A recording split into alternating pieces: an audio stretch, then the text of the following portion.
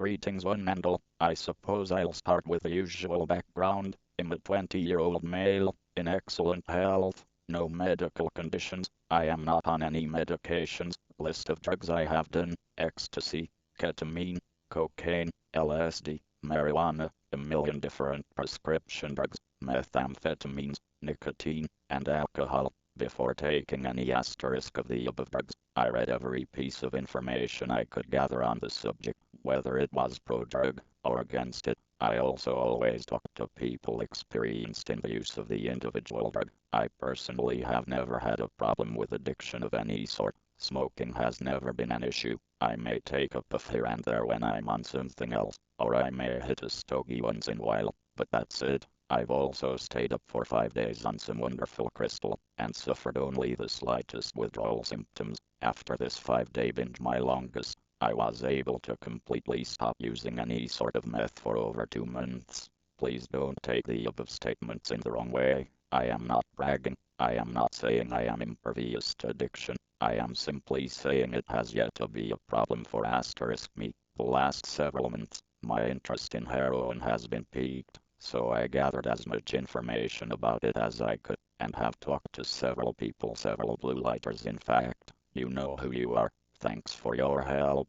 Who use heroin, those who use it occasionally without problem, and I even confronted 2 junkies. These people have a severe dependency on heroin, and have not been able to successfully quit. After weighing it out, I decided if the opportunity arose, I would accept. Wednesday night of this week, my friend Tony called me. Tony is one of the people I spoke to who occasionally uses heroin. He has a great deal of experience with it, and has never, to my knowledge, had a problem with addiction. I can't say for sure though, because the subject has never come up. He informed me that he had some China White or White China, forgive me, I forget, which I later learned to be fentanyl, a synthetic heroin substitute. Or I would note, chemically speaking, fentanyl is not synthetic heroin, as heroin itself is a half-synthetic opiate made from natural source morphine.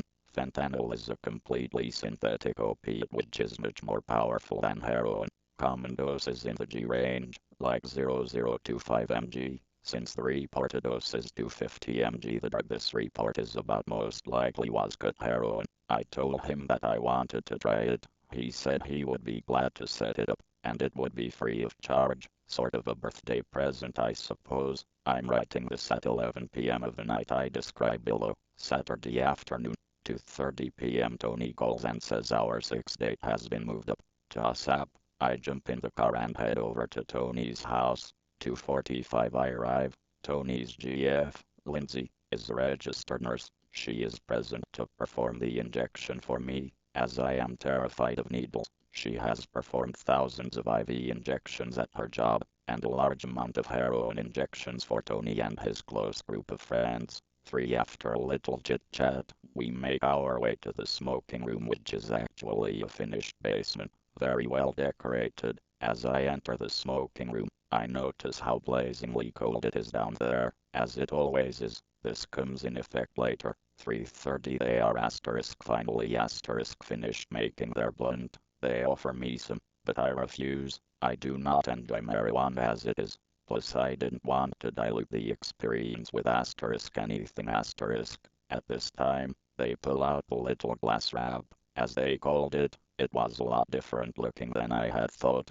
I don't really know what I was expecting, but this wasn't it. To give you a brief description of the layout, you walk downstairs into a large open room. There are black and white airbrush portraits on the wall. It has a very modern look to it. The room is furnished with a 52-screen TV, a black leather sofa and the TV, and a matching love seat diagonally placed from the couch. There is a large ugly green lazy-boy recliner. It's the kind that's really ugly, but too comfortable to get rid of. We are all sitting on the couch, watching a show about cars. Tony and I are car freaks too, with our feet sitting on the glass, rectangular coffee table. 3:35 they set very smoky bump on the table, and tell me to snort, so that I can get a feel for what to expect. Tony is the only one smoking now. I asked Lindsay to remain as sober as possible throughout the whole thing, just in case. In an effortless snort, the powder was gone. It was surprisingly soft, going up. This probably doesn't make sense if you've never snorted it before, but it was soft, not in a burning sense, just soft. Anyway, 3:42, it came on so much faster than I expected. It wasn't a freight train hitting me, it was a tide of relaxation creeping upon me, slowly taking me from behind, for without a doubt it had taken effect. I couldn't seem to remember when it hit me. I just knew that it had hit me at some point, and I had been feeling this way for what seemed an eternity. For 30 I am very relaxed, and content beyond words. Tony was droning on about some car that he had read about, but I couldn't make myself show even the slightest bit of interest. I am aware of my extreme nausea by now. I feel I have it under control, and I'm not going to puke, but I am nauseous. It comes in waves, but I'm sure it will go away.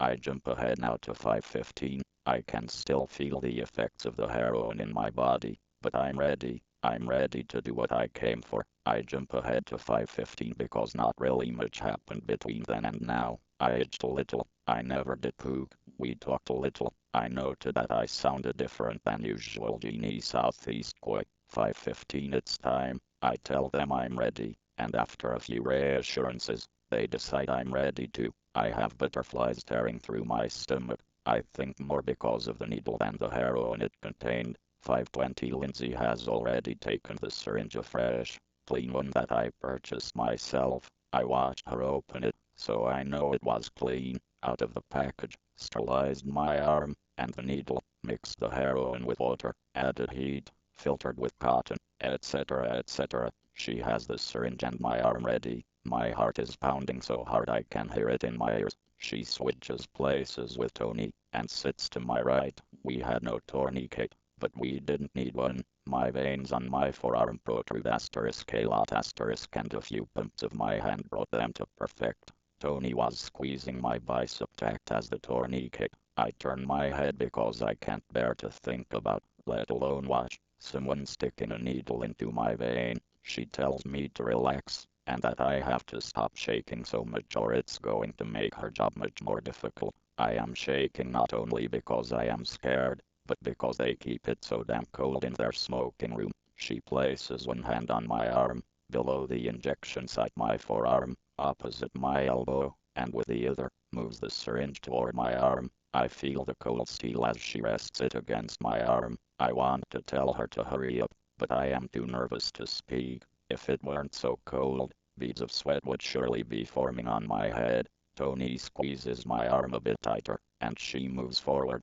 For but an instant I feel the tiniest prick against my arm, barely noticeable, in fact, almost laughable. I think to myself, here we g. Ooh, I feel her place the damp cloth over the wound, almost in sync with the cold damp cloth on my arm. It happens. People say it's like being hit by a truck. No, it's nothing like that. It's like standing on a rock, on the coast, and having a tidal wave of warmth, of security, of absolute apathy come over you. It surrounds you, it goes into your mouth, it drives down your throat, and deep into your soul. The first thing I realize again is the cold, but I no longer care, not at all. In fact, I remember being glad that the cold was there. It gave me pleasure to think that the cold was trying to do something to me, was trying to make me uncomfortable. The cold was trying to hurt me, and it made me happy because I knew it couldn't. Nothing could touch me. I was invincible, without the energy of being invincible. I hear her place the syringe on the table, but I can't bring myself to open my eyes yet. As she places it on the table, I notice how odd it sounds. It doesn't echo. It's not a sound like when I'm tripping. It's a mocking sound. The syringe is trying to laugh at me. The syringe is trying to make me feel bad too, but it can't. Nothing can. People always try to put into words the feeling smack brings you. That's just the problem. It doesn't. It was the most intense nothingness there ever was. I remember letting out a sigh. I have no idea how long I had been holding my breath. The breath that came out of my mouth was warm. I was warm. I was engulfed in a sea of what seemed to be warm liquid. I realized that I was no longer tense. I was, in fact, melting back into the chair as it were. I looked at Lindsay and Tony, their eyes looking through me. and smiled a weak smile. It felt as though my lips were actually curling up, though I wasn't smiling with them. I was smiling at them. I was smiling at them because I was in a place they weren't invited to. So, Tony asked in his heavy Italian accent. It's good, I said back, and that was it. It was just that. It was good. It was by no means mind-blowing. I was enveloped in a world of warmth, of security, and of freedom. It was nothing near the level I had expected to reach.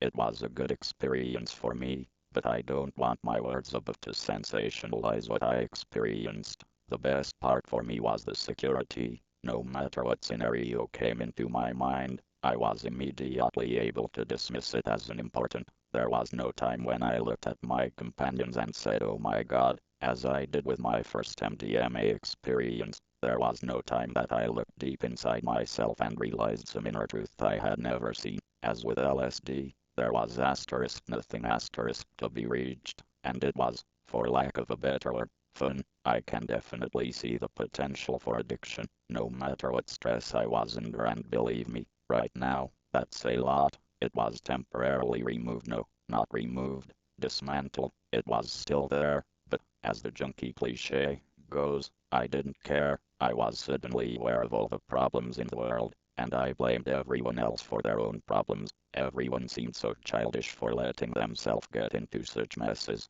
Look at me, I have problems, but I'm okay.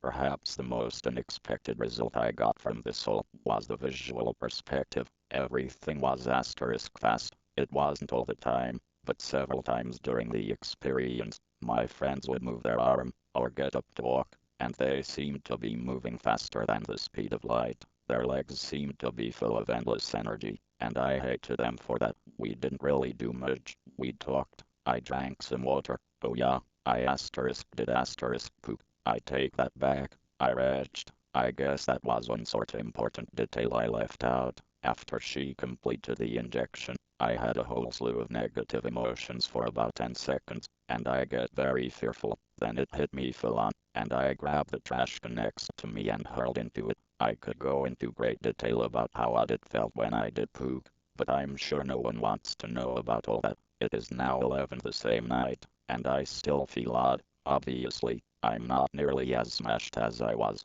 but I can still tell there is something different about me. Most of the apathy is gone, but I am a bit irritable at the moment. I did notice that I didn't itch. I pop a lot of opiate prescription pills. I don't know if that has anything to do with it or not, but I really didn't itch that much at all. As I said, I can definitely understand the potential for addiction, and I respect the drug completely. I personally, however, do not feel I will have any sort of addiction problems. Sure, I would enjoy doing it again tomorrow, but I won't. Some would argue that makes me an addict. I had amazing sex last night, and I'd love to do it again tonight. Does that make me some sort of sex-crazed maniacal nymphomaniac? No, there is nothing wrong with having the desire to do something pleasurable. It's when that desire takes control of your life that you have a problem. This is not a desire I will let take over my life. Thanks to all who helped me out before and during this experience.